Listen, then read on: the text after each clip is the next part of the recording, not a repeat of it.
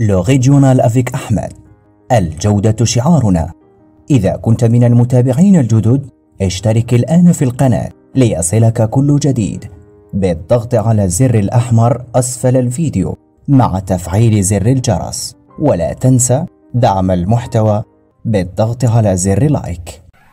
Bonsoir mes amis, ravi de vous rencontrer dans cette nouvelle vidéo. Désolé pour mon absence. La cause en est ma présence auprès des élèves et de l'établissement scolaire en général à l'occasion de la rentrée scolaire.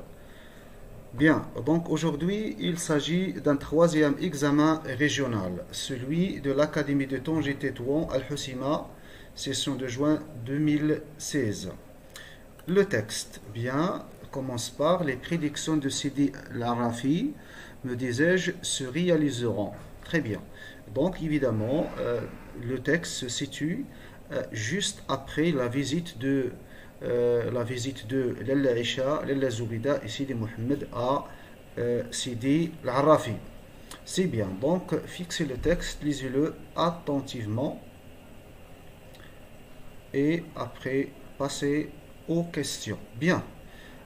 Étude de texte, 10 points bien sûr. Lisez attentivement le texte et répondez aux questions suivantes. De quelle œuvre le texte est-il tiré? Donc, j'écris la boîte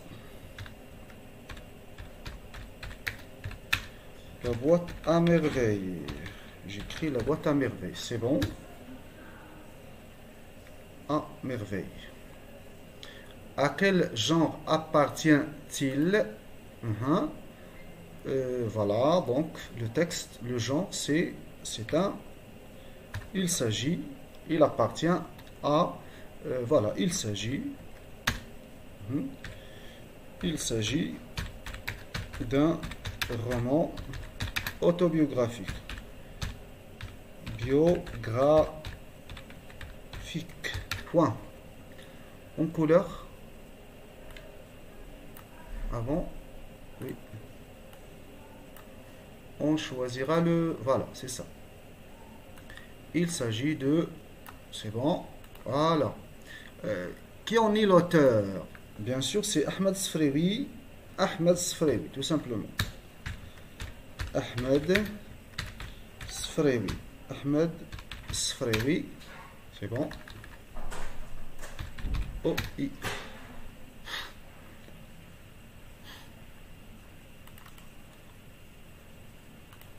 Très bien.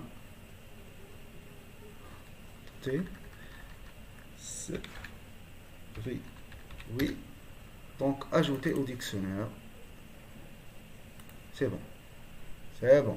Citer une autre œuvre du même auteur. Donc, par exemple, je cite le chapelet d'ambre. Le chapelet d'ambre. C'est bon. Très bien.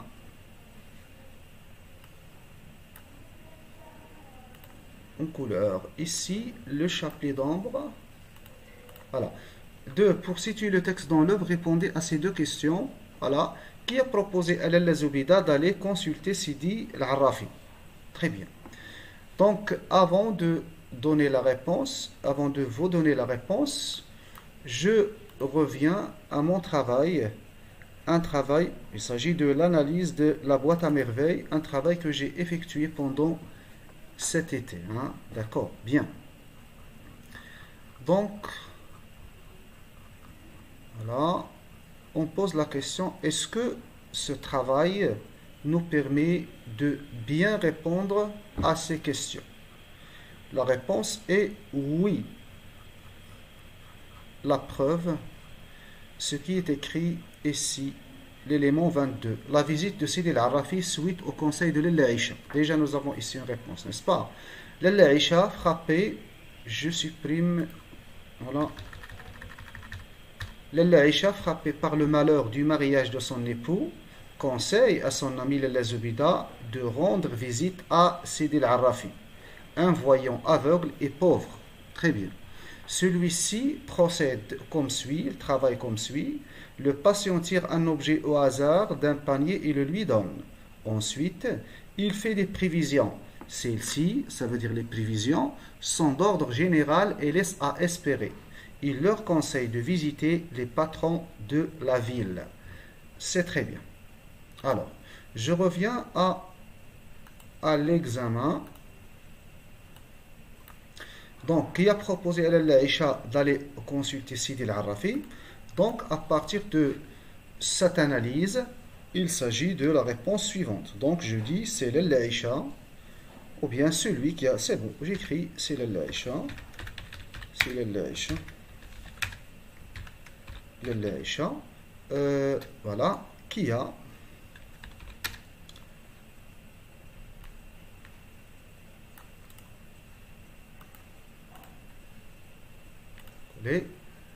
C'est l'Aïcha qui a proposé à Lalla Zoubida d'aller consulter Sidi al-Arrafi. C'est bon. Donc ici, voilà. Pourquoi le père de Sidi Mohammed est-il parti travailler dans les environs de Fès? Attention, donc ici la question, si nous avons pourquoi attaché. Pourquoi attaché? Là, on doit citer la cause normalement, hein, la cause. Mais si la question est pour espace quoi, il s'agit du but, le but, n'est-ce pas? Donc, mais c'est pas grave. Donc, en répondant à cette question, on doit citer et la cause et le but. D'accord? C'est bien. Donc, je dis, vous le savez déjà, voilà, vous l'avez vu certainement en classe, et évidemment, dans ce travail, on a parlé de la cause de ce départ et du but, de la fin de ce départ. D'accord? La cause, on est bien sûr la perte du capital, ou souk al-hayk, n'est-ce pas? Et la fin, c'est redresser la situation matérielle, récupérer un peu d'argent et redresser la situation matérielle. Ça veut dire, je parle ici bien sûr de Melm al-Islam. Donc j'écris, d'accord?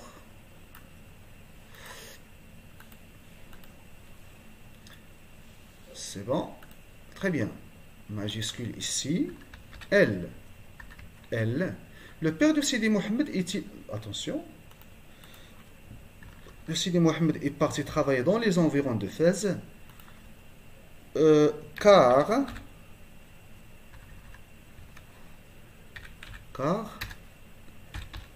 il a perdu son argent, ou bien son capital, son fonds de roulement. Tout ça, ce sont des bonnes réponses, hein, ce sont de bonnes réponses. Car il a perdu son argent au souk, tout simplement, ou bien à souk al-hayk, et a aspiré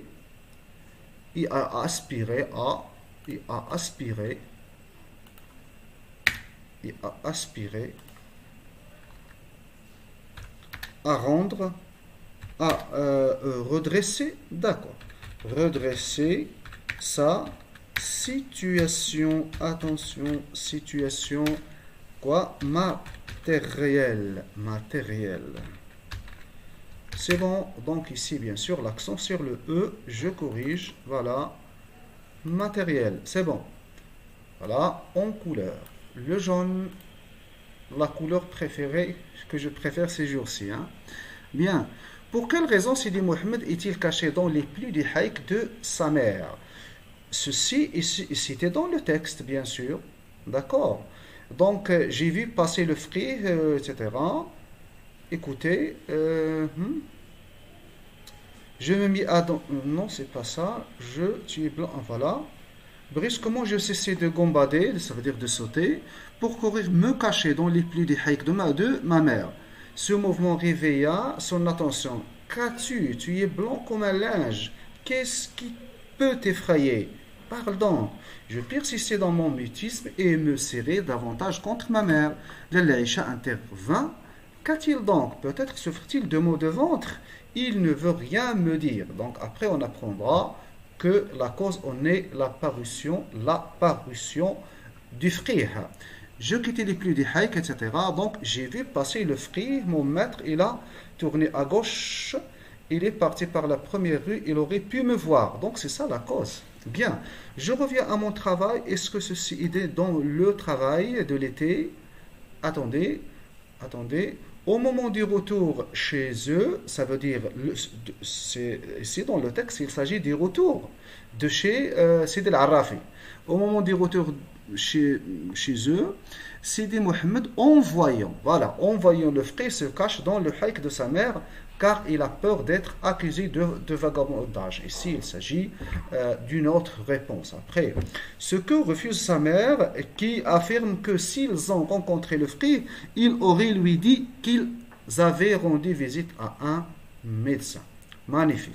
Donc ici, alors, quelle raison?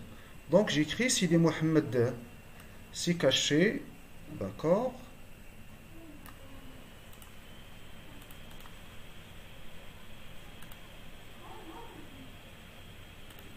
Sidi Mohammed s'y caché dans les plis du haïk de sa mère. Donc, car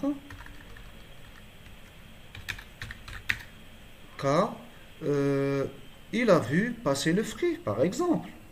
Il a vu passer le frère, tout simplement. Je peux copier-coller ce qui est dit dans le travail, l'analyse, mais bon, Sidi Mohammed, voilà, c'est caché. C'est pour la question. Si Mohammed s'est caché dans les plis de sa mère, car il a vu passer le frère. Très bien. Voilà, c'est bon. C'est juste la cause. Pour quelle raison? Oui, la raison, ça veut dire la cause. C'est bien. De quoi Sidi Mohammed craignait-il d'être accusé? Je viens de le lire maintenant. Sidi Mohammed craignait d'être accusé de vagabondage. Vagabonder, ça veut dire c'est errer dans la nature, dans les rues, sans avoir un but précis, précis. Bien, de quoi, d'accord? D'accord. Sidi Mohammed, attendez, désolé.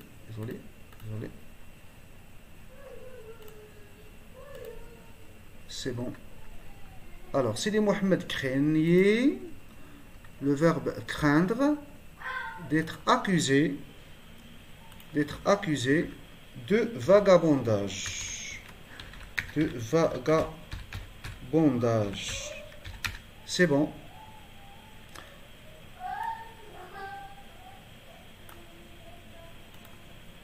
Quelle excuse Lalla Zoubida a-t-elle imaginé pour expliquer la sortie de son fils de la maison? C'est très bien, donc je reviens directement à mon travail et je copie là, ça veut dire le prétexte de Lalla Zoubida proposé par Lalla Zoubida. Il affirme que s'il aurait, c'est bien, voilà, copier et coller ici. Lalla Zoubida, je veux dire, Lalla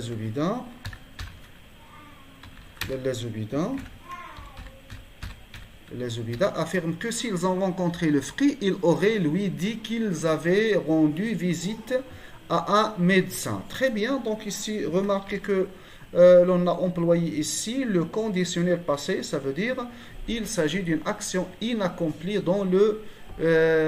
ça veut dire une action inaccomplie, je veux dire une action qui n'était pas réalisée dans le passé. Bien. Alors, non, je cherche le jaune, donc je remplace par le jaune, couleur préférée, si j'ai aussi. D'accord. La semaine prochaine, je ne sais pas où, je vais me tourner vers le vert, le rouge, je ne sais pas. Dans la deuxième partie du texte, l'auteur utilise le dialogue, le discours direct. Selon vous, pourquoi a-t-il choisi d'utiliser ce discours? Alors, donc... écoutez, donc, lorsque vous rencontrerez cette question, ayez recours à une seule réponse. Peut-être que vous en avez autre. Mais bon, cette réponse est valable pour toutes les questions on peut poser des questions de manière différente. Mais lorsqu'on vous dit pourquoi on utilise le discours, la réponse est la suivante. D'accord? Le discours direct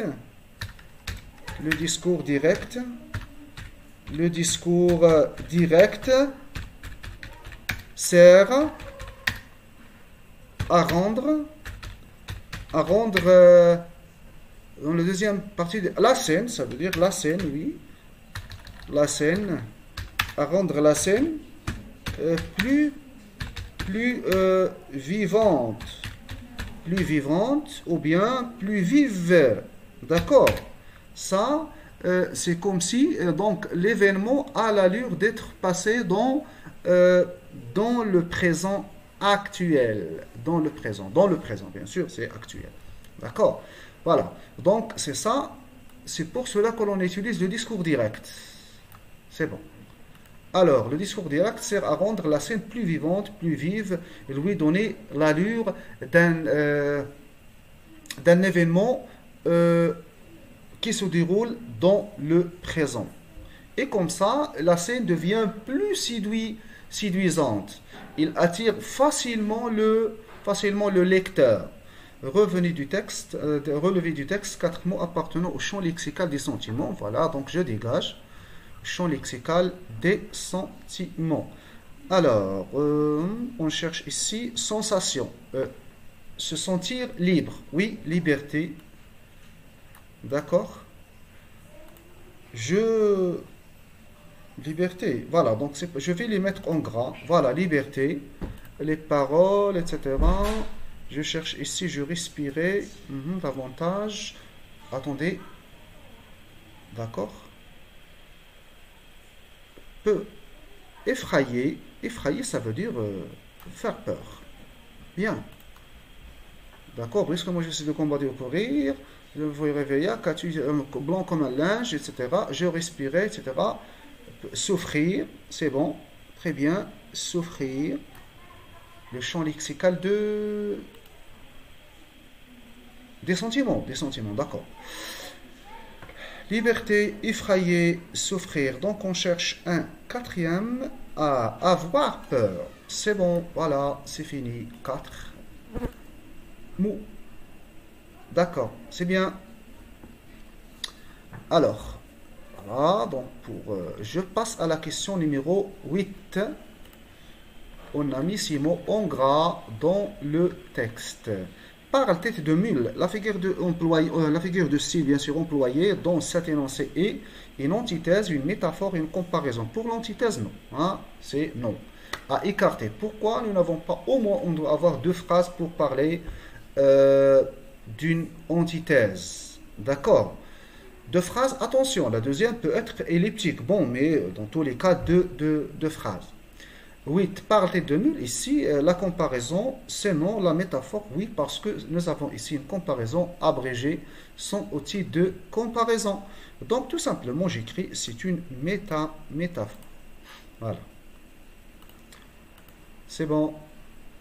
J'écris une métaphore. Alors, dans le texte, la Zubida grandi, ça veut dire vexé. Lorsqu'il lui dit tête de mule, voilà, ça il est en train de le gronder, de le vexer, de l'insulter. Hein, l'insulter. Il l'insulte même au lieu de comprendre son attitude. À sa place, auriez-vous réagi de la même manière? Remarquez le conditionnel passé, hein, l'action. Voilà, auriez-vous réagi il s'agit du passé. Auriez-vous réagi de la même manière? Donc, à la place, je dis par exemple, voilà, vous pouvez être contre ou bien pour l'attitude de l'Elazubida. Voilà, donc moi je suis contre, je dis par exemple, à la place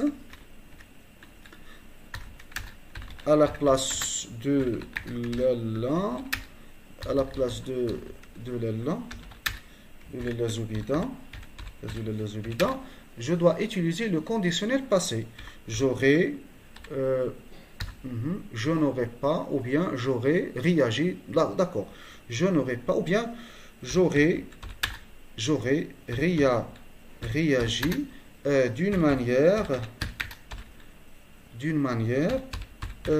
différente. Voilà, différente. D'accord. Pourquoi? D'accord.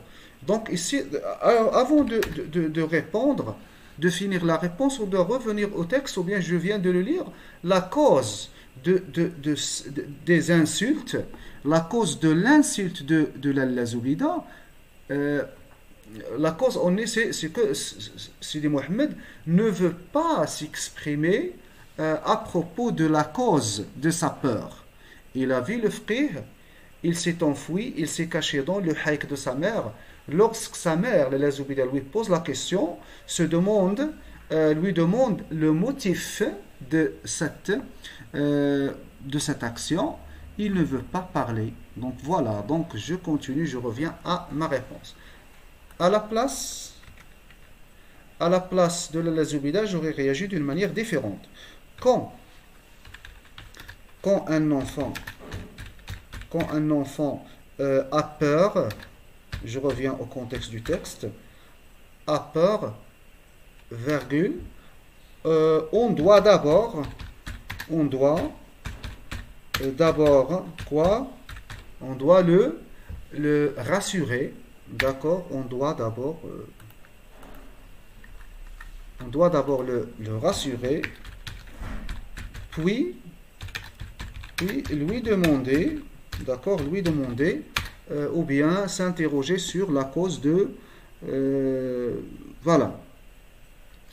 Puis lui demander, ou bien puis s'interroger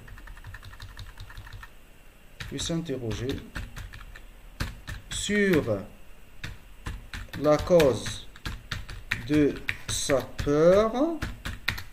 Comment? D'une manière violente?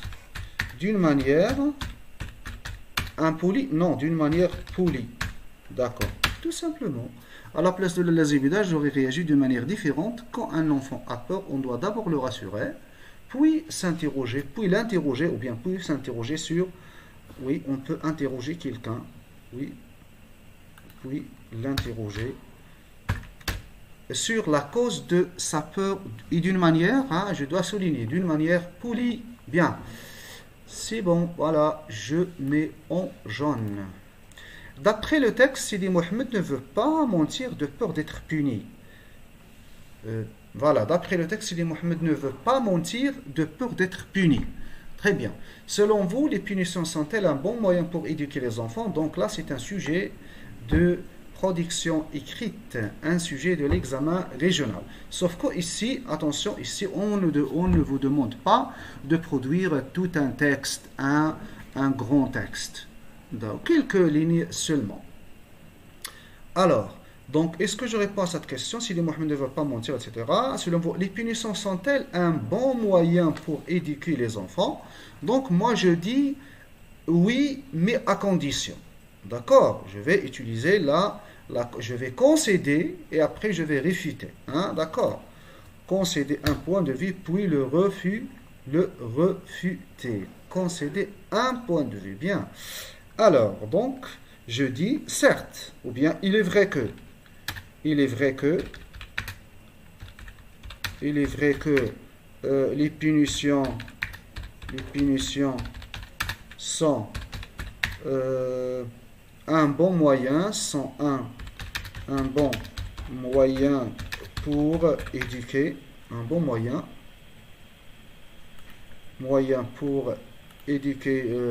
bien sûr les enfants. D'accord, pour éduquer les enfants, point ou bien virgule, cependant, d'accord, cependant, point virgule, bien virgule, cependant, les parents ne doivent pas avoir recours, ça veut dire quand je parle des punitions, il y a plusieurs formes de punition. Il y a la punition verbale, la punition corporelle, et il y a aussi ce que l'on appelle les privations. Ça veut dire on prive l'enfant de ce qu'il aime tant, bien sûr. Hein, d'accord? Alors, donc, et moi je préfère ce type de punition. D'accord? Ça veut dire les privations. Il est vrai que les punitions sont un bon moyen pour éduquer les enfants, cependant les parents ne doivent pas avoir recours au châtiment corporel. Cependant, les parents ne doivent pas avoir recours au châtiment corporel. Pourquoi? Vu leurs conséquences néfastes, je peux dire, hein, donc néfastes sur l'enfant.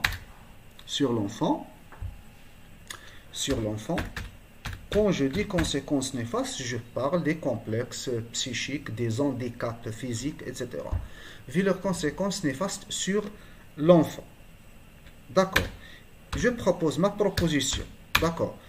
L'alternative. Je donne une alternative. Punir, mais autrement. Comment? Voici comment. Donc, il vaut mieux.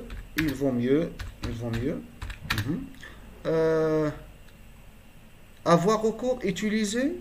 Hein? Il vaut mieux quoi? Il vaut mieux. D'accord. Avoir recours, on va répéter la même expression. Alors je dis, pour corriger un enfant, donc on dit corriger une erreur, ou bien on peut dire également corriger une personne. Corriger un enfant, c'est redresser le tort d'un enfant. Corriger un ami, c'est redresser le tort de l'ami. Bien. D'accord. Donc, pour corriger un enfant, il vaut mieux le priver. Il vaut mieux le priver d'une chose, ou bien, pas d'une chose, des choses. Hein? Des choses qu'il chérit, ou bien, voilà, chérir. Qu'il chérit. Très bien. Et voilà. Très bien, c'est fini. Alinéa en couleur. Bien. Une petite révision ici. Il est vrai que les punitions sont un bon moyen pour éduquer les enfants. Cependant, les parents ne doivent pas avoir recours au châtiment corporel vu leurs conséquences néfastes sur l'enfant. Pour corriger un enfant, il vaut mieux le priver des choses qu'il chérit. Donc, je vois que ces privations sont très efficaces quant à l'éducation des enfants. Voilà, production écrite, on va parler un peu du plan. Certains considèrent qu'autrefois l'amitié avait une valeur de fidélité et de sacrifice. Pensez-vous qu'il garde aujourd'hui encore cette valeur? Donc voilà, c'est clair, il s'agit, certains considèrent un seul point considérer si penser, réaliser, etc. Donc c'est un point de vue. Combien de points de vue avons-nous ici? Un seul point de vue. Alors, donc je dois rédiger soit un plaidoyer, soit un réquisitoire. Avant de... attendez, donc voilà, mon travail, ce n'est pas celui-ci, mais un autre. La production écrite, donc ici, c'est un travail que j'ai réalisé pendant cet été. Ça veut dire l'été que nous venons de quitter, hein? D'accord. Alors, donc ici, j'ai dit beaucoup de choses. Je passe ici dans cette vidéo, je vais directement vers le tableau, un tableau récapitulatif. Voilà, c'est celui-ci. Attendez. Voilà. Donc, quel plan choisir? Lorsque nous avons ici dans ce sujet, le sujet que je viens de lire, nous avons un point de vue. Donc, je viens ici, voilà, donc ici, hein, jaune, voilà. Point de vue, thèse, idée, opinion, avis, pensée, jugement, etc. Donc, il s'agit, est-ce que d'un seul centre d'intérêt, est-ce qu'il s'agit d'un seul point de vue ou bien de deux, d'un seul centre d'intérêt? Alors, je choisis soit le plan concessif, je dis c'est vrai, je dis par exemple je reconnais que paragraphe et mais paragraphe. N'oubliez pas bien sûr l'introduction et la conclusion. Il s'agit ici du développement. Même chose, il va sans dire que paragraphe ou bien deux, je ne sais pas, et néanmoins paragraphe ou deux ou voire même trois. Et n'oubliez pas également l'introduction et la conclusion. Mais ici, ou bien le plan simple. Lorsqu'il s'agit du plan simple, je parle soit du plaidoyer ou bien du réquisitoire. Plaidoyer, être pour le point de vue, être contre, réquisitoire, être contre le point de vue. revenez aux 10 vidéos. Ils sont au nombre de 10. Ils concernent toute la production écrite. Il s'agit de toute une playlist dédiée spécifiquement à la production écrite. N'hésitez pas à y revenir. Donc je reviens à mon sujet ici, l'examen régional. Donc certains, je relis le sujet, certains considèrent qu'autrefois l'amitié avait une valeur de fidélité, de sacrifice. Pensez-vous qu'il garde aujourd'hui encore cette valeur? Tu vas dire oui ou bien non, tout simplement en te justifiant. Voilà, merci mes amis.